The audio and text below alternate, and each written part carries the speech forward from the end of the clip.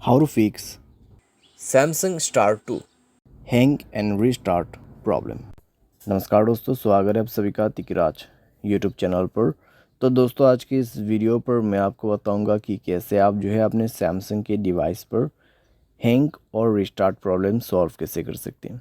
यहाँ पे दोस्तों क्या होता है, जब हमारे डिवाइस ठीक है हैंग हो जाते हैं तो वो अपने आप रिस्टार्ट हो जाते हैं। ठीक है, इस तरीके का प्रॉब्लम है ये।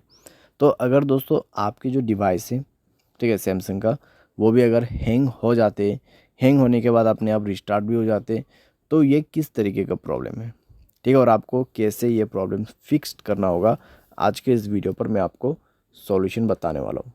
वीडियो को अंत तक देखिए, जो भी सॉल्यूशन मैं आपको बताऊँगा उसको फॉलो करें, आपका प्रॉब्लम सॉल्व्ड हो जाएगा। ठीक है, वीडियो शुरू करने से पहले दोस्तों, अगर आपने चैनल को सब्सक्राइब नहीं किया है तो सब्सक्राइब करते हुए बेल आइकन को क्लिक करें। अगर आप ऑनलाइन पैसा कमाना चाहते हैं तो वीडियो डिस्क्रिप्शन पर आपको लिंक मिल जाएगा। किसी भी प्रॉब्लम के रिगार्डिंग पर आप हमें ट्विटर पर फॉलो करके मैसेज करें। तो चलिए दोस्तों, वीडियो शुरू करते हैं।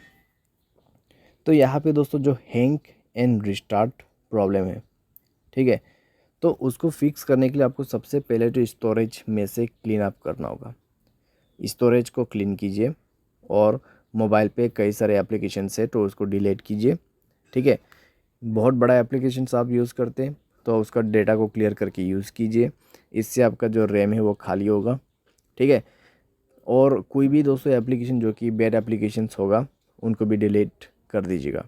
बैड एप्लीकेशन जैसे कि कोई अननोन वेबसाइट से इंस्टॉल किया हुआ एप्लीकेशन, ठीक है, तो उनको डिलीट कीजिए और अपने स्पेस को फ्री अप कीजिए। उसके बाद माय फाइल्स पे जाए और यहाँ पे भी दोस्तों स्टोरेज को फ्री अप कीजिएगा। ठीक है, जब स्टोरेज आपका 40 to 30% एम्प्टी हो जाएगा, तब आप अपने मोबाइल सॉफ्टवेयर को अपडेट करेंगे। ठीक है, मोबाइल सॉफ्टवेयर को अपडेट करेंगे।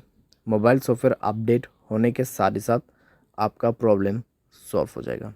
ठीक है, तो हैंग और रिस्टार्ट का जो इशू है आप इसी तरीके से फिक्स कर सकते हैं।